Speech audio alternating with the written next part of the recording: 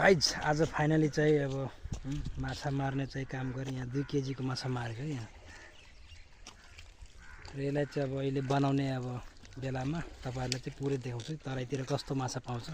पहाडतिर चाहिँ यस्तो पाउँछ कि पाउँदैन, यतातिर चाहिँ अब कोत्री भन्छ, गरै, चेङ्गा, पोठी, डेरवा, सिङ्गी, टेङ्ग्रा, बुहारी तपाईँहरूले चाहिँ अब बनाउने बेलामा तपाईँहरूले चाहिँ देखाउँछ। यता हेर्नु है माछा राम्रोसित हेर्नु है, माछा मार्ने ग्याङ कति रहेछ यता हेर्नुभयो कति ग्याङ रहेछ। यो सबै माछा मार्ने ग्याङ हो। सबैभन्दा ठुलो ग्याङ यता रहेछ, त्यसपछि यो सबै सानो यता कतिजना मान्छे रहेछ है माछा मार्ने त।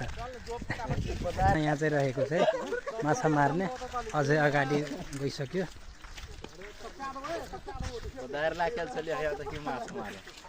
कोदार लाके अलछली माछ मारिने माछ दही कते छै एक डरा में देख ले 3 किलो है यो के थाहा छ। पनिर माछ थियो होला।